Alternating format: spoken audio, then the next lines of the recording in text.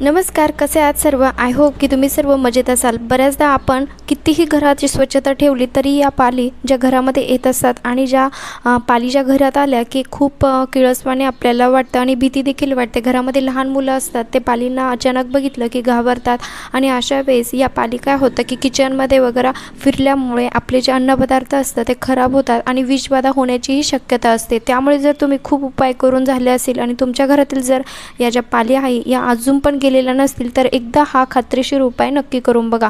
मी आज तुमच्यासोबत अतिशय खात्रीशीर एक उपाय घेऊन आलेले आहे, जो करता क्षणी तुमच्या घरातील सर्व पाली ज्या आहेत त्या नक्कीच दूर होतील. बघू शकतात या ठिकाणी आपल्याला घ्यायचा आहे अंगाचा साबण. मी अंगाचा साबण या ठिकाणी घेतलेला आहे. तुम्ही जो पण साबण यूज करत असाल घरामध्ये तो साबण या ठिकाणी घेतला तरीही चालेल. आता साबण हा आपण अंगाला स्वच्छ करण्यासाठी तर वापरतो, परंतु त्यामध्ये असे काही घातक घटक असतात की जे आपल्या शरीराला देखील पोटामध्ये गेल्यानंतर खूप घातक ठरू शकतात.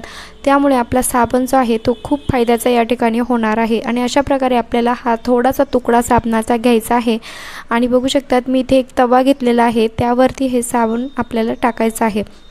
त्यानंतर आपल्याला दुसरी गोष्ट लागणार आहे ती म्हणजे लवंग, दालचिनी. जर तुमच्याकडे दालचिनी नसेल तर तुम्ही मिरे देखील वापरू शकतात. आता हे मसाल्याचा पदार्थ आपण यासाठीच वापरत आहोत कारण तो खूप तिखट पदार्थ आपल्याला यामध्ये टाकायचा आहे. त्यानंतर आपल्याला लागणार आहे 2 मिरच्या. मिरच्या ह्या अतिशय तिखट असलेल्या पाहिजे. तुमच्याकडे जर हिरवी मिरची नसेल तर तुम्ही लाल मिरचीचा देखील या ठिकाणी वापर करू शकतात. आपल्याला जितकी तिखट मिरची असेल तितकी आपली कशी खूप फायद्याची ठरणार आहे. आणि या मिरचीचे आपल्याला बारीक काप करून घ्यायचे आहे. तुम्ही याची पेस्ट देखील करू शकतात, परंतु तशी मला गरज वाटली नाही म्हणून मी फक्त छोटे तुकडे या ठिकाणी मिरचीचे करून घेत आहे. अशा प्रकारे आपल्याला हे जे सर्व सामान आहे व्यवस्थित त्यामध्ये टाकायचं आहे. एकही गोष्ट जर तुम्ही स्किप केली तर तुम्हाला त्यापासून रिझल्ट मिळणार नाही आहे. त्यामुळे व्हिडिओ स्किप न करता सर्व गोष्टी व्यवस्थित बघा आणि व्यवस्थित गोष्टी जर सर्व तुम्ही फॉलो केल्या तर नक्कीच तुम्हाला यापासून फायदा होईल. बघू शकतात आपल्याला यामध्ये पाणी ॲड करायचं आहे. आता आपल्याला असं एक भांडं घ्यायचं आहे, त्यामुळेच मी हा खराब तवा घेतलेला आहे, जेणेकरून आपण ज्यामध्ये ते सामान टाकणार आहे त्याचा जो वास आहे तो आपल्याला भांड्याला 2-3 दिवसापर्यंत निघत नाही. त्यामुळे असं खराब भांडं या ठिकाणी मी यूज करत आहे. त्यानंतर आपल्याला लागणार आहे फ्लोअर क्लीनर.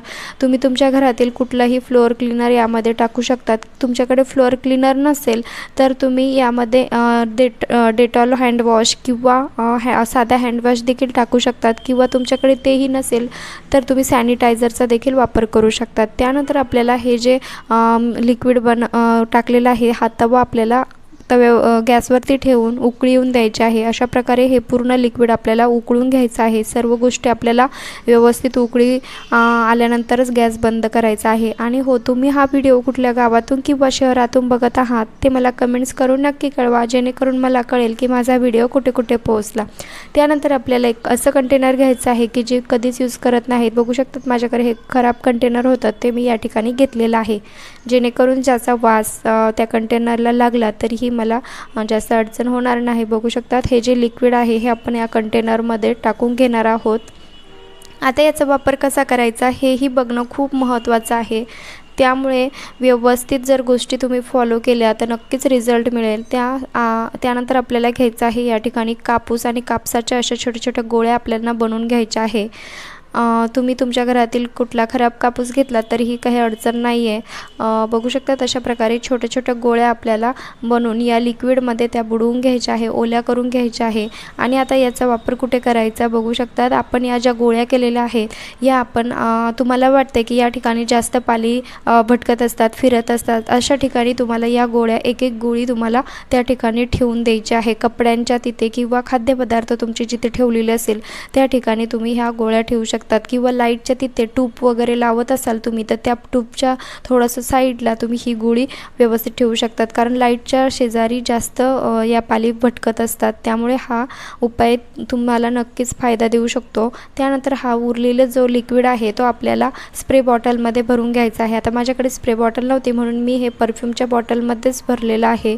आणि आपल्याला हे भिंतीवरती स्प्रे करून घ्यायचं आहे. समजा तुम्हाला पाल जर दिसली तर तुम्ही पालीवरती डायरेक्टली हे स्प्रे करू शकतात, कारण की पालींची जी स्किन असते ती एवढी सेन्सिटिव्ह असते की स्प्रे करताच त्यांच्या स्किनला जलन होण्यास सुरुवात होते, कारण आपण अशा खूप त्यामध्ये गोष्टी टाकलेल्या आहे की ज्या खूप तिखट होत्या आणि जलन करणाऱ्या होत्या. त्यामुळे त्याचा जो स्प्रे झाल्यानंतर अगदी काही क्षणातच घराच्या बाहेर पळायला सुरुवात करते.